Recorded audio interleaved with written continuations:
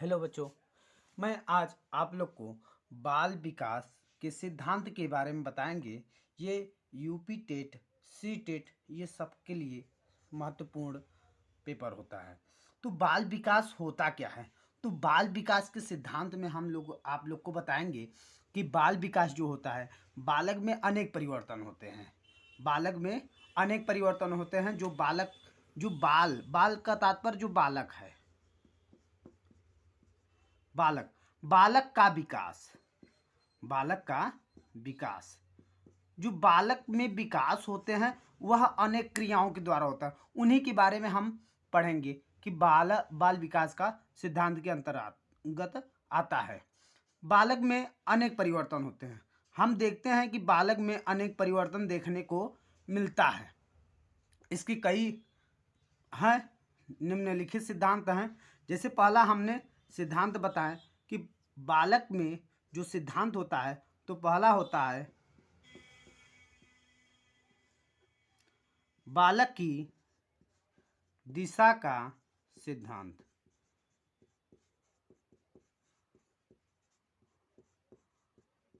बालक की दिशा का सिद्धांत।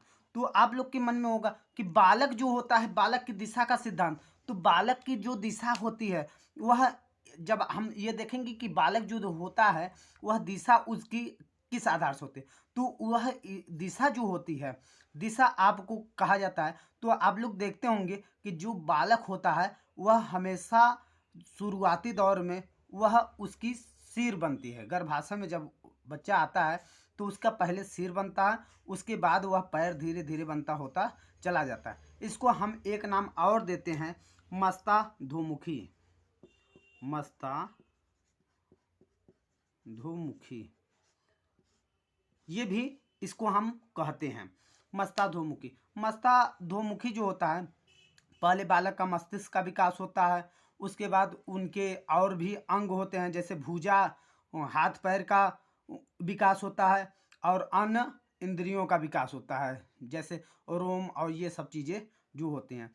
तो ये जो पहले विकास होती है, तो सबसे पहले विकास यही होती है कि उनकी मस्तिष्क का विकास होता है। जब बालक जब सब आ जाता है, पृथ्वी पर आता है, तो आप लोग देखते होंगे कि बालक जो सबसे पहले क्या करता है, पहले इधर उधर सिर हिलाना होता है, उसके बाद फिर उठना कार्य करता है, फिर बैठना करता है, तब जाकर वह धीरे धीरे चलना सीखता है। वह अनेक क्रियाएं वह धीरे धीरे करता रहता है, निरंतर साल डेढ़ साल में वह चलना सीख जाता है, और वह किसी को बताना नहीं पड़ता। वह धीरे धीरे अपना हाथ पैर हिलाना, उसके बाद उठना बैठना चलना, ये सब सीखता रहता है। तो आप लोग का ये पहला क्रिया थी।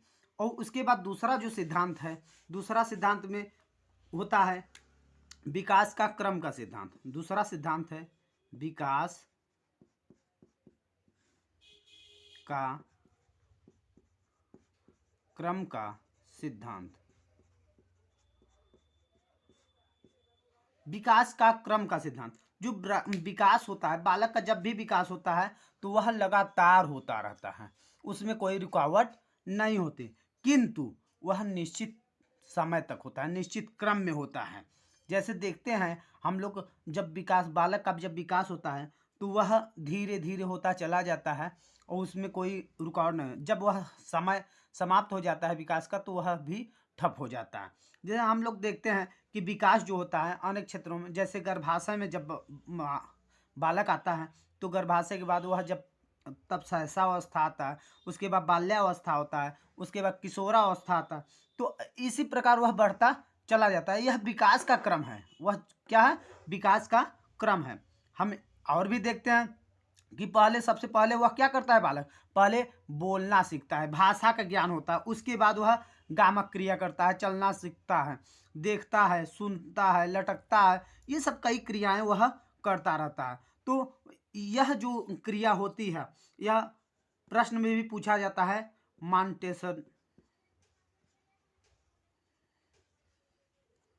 मॉन्टेसरी के अनुसार पूछा जाता है कि इनके अनुसार क्या बताया गया है विकास का क्रम। तो इसमें बताया भी गया है विकास का क्रम में कि सबसे पहले होता है सुनने की क्रिया, सीखता है, उसके बाद बोलता है, उसके बाद पढ़ता है, नहीं सॉरी, उसके बाद लिखता है, उसके बाद पढ़ता है। ये क्रियाएं होती हैं। थैंक यू बच्चों, जय हिंद।